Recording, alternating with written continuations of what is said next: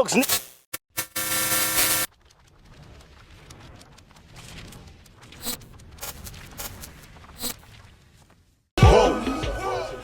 God, Key of Life Productions, hiphopisreal.com. You already know what it is, man.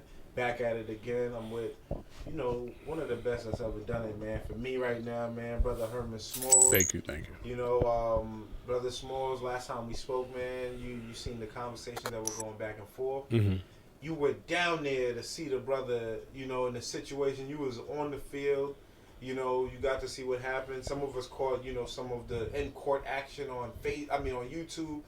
We had some of our brothers and sisters on their phone recording the whole thing and giving it live for the people. Yes. We seen the charges that was brought up against Dr. Umar Johnson. Mm-hmm. You said you was riding with the brother to the end. Yeah. You definitely rode. Yep.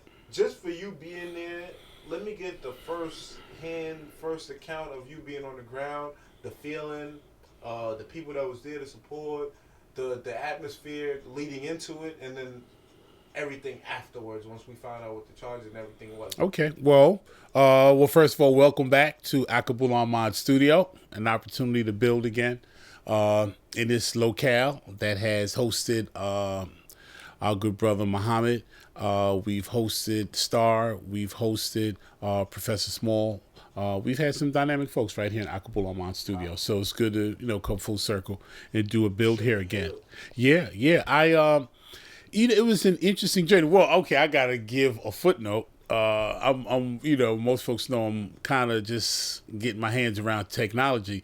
Do you know I put Harrisburg, Philadelphia, into my navigating device, to get my way up there, which was fine. The court event started at 9. I was there about 15 minutes to 9. But I was like, where are the people? Where are the places? And the address looked kind of odd, so I double checked it. Now, do you know there's a Harrisburg in Philadelphia and there's a Harrisburg in Pennsylvania? So that was a very interesting time. I was 90 miles away from where I was supposed to be. Totally different address. So I had to jump back in and hottail it.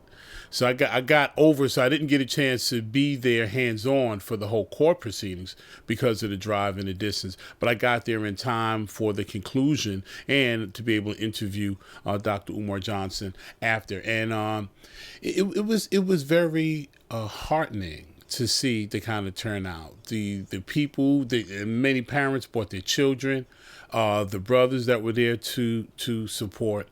It was a very galvanizing moment because, as you know, as many know, the atmosphere, the environment, the suspicion, the doubt, the different things that were being hurled back and forth. It was just such a negative environment for someone who has committed to doing work for us to have to weather.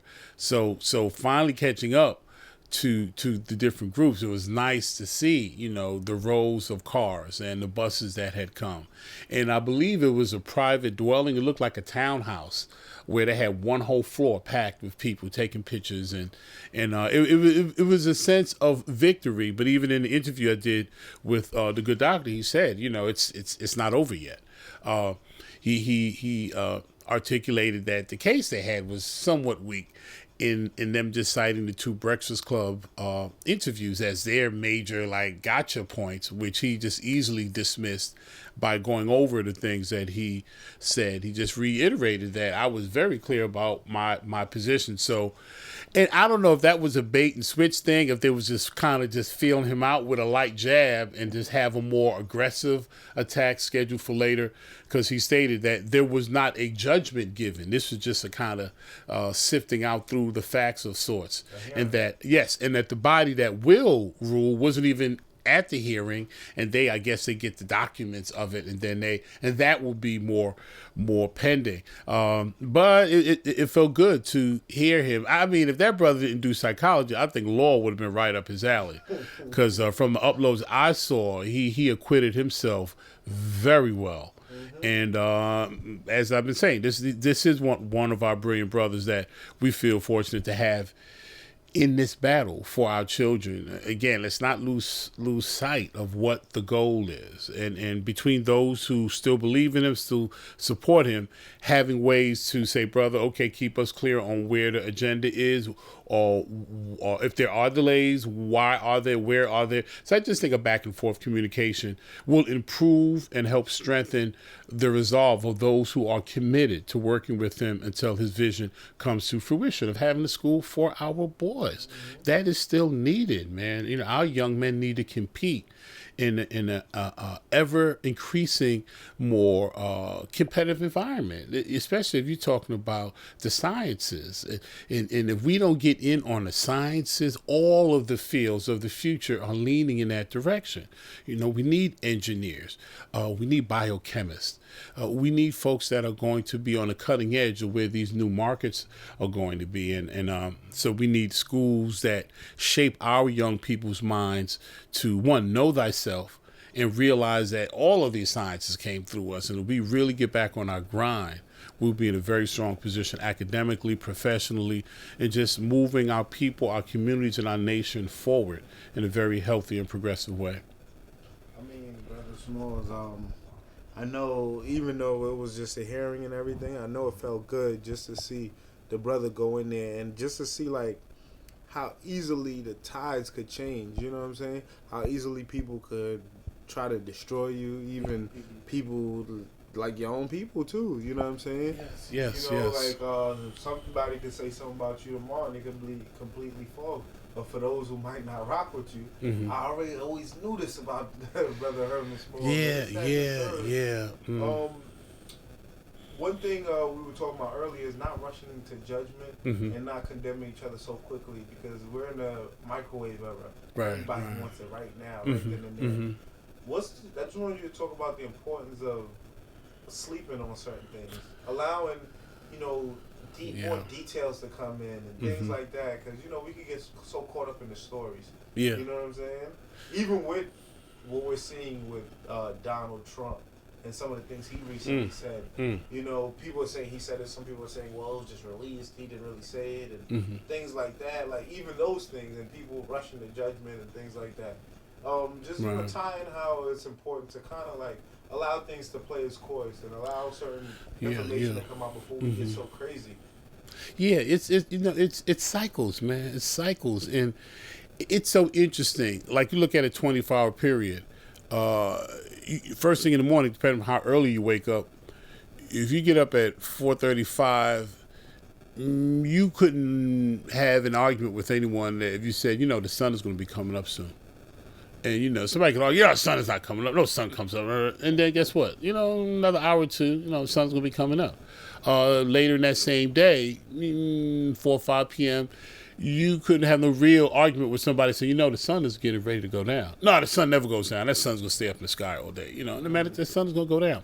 A daily cycle we can see. We can even see seasons: winter, spring, summer, fall. We can see how those things evolve. But it seems like when you expand a time frame out too far, people seem to lose sight of cycle. And I say all that to say, you know, over these last few years, because many say there's not a specific date point, but we've been moving into the age of Aquarius. And these are thousands of year cycles, but yet they're cycles nonetheless. Now, just like winter, spring, summer, fall, a seed can be put in the ground in the middle of December, but, you know, because that's not the environment and the atmosphere for that seed to flourish in. Even though you put it in the same exact place, the soil is not prepared and conditioned. The alignment of the sun rays are not in position to give that all of the nourishment and all the other things that would make that seed turn into a plant. But you put that seed into the ground in the spring, in its season, then you see life germinate and you see this beautiful growth. For those, it crosses many different spiritual belief systems and philosophies, that the age of Aquarius, this is the new environment where we're leaving Pisces, where Pisces was very much a control, a material, a conquest era, a era of possession, an era of rule, where the Aquarian age, it's supposed to be that more intuitive, more spiritual, more infused and motivated by love and the accomplishment of healing. So if we're coming into that season, all of those who will position themselves in that vibration, and start to open themselves up as vessels for positivity. It's really going to be a time to really move humanity forward in ways that are needed. And you know, you look at a light bulb, and many people don't forget, or many people don't remember really, a bulb right before it goes out. If you ever in a room, you know that right before a bulb, it illuminates like it's almost its last burst, and then it goes out. And as the Pisces era ends, that's why we got this kind of off the top. I need a dark piece of photo. Had the blinds going blind, looking for narcos. Whoa. Right back to the present. I mean, this is a head of state tweeting comments and points of views that are those that have been held by the worst despots in history. Man, this is the stuff that Hitler was talking about.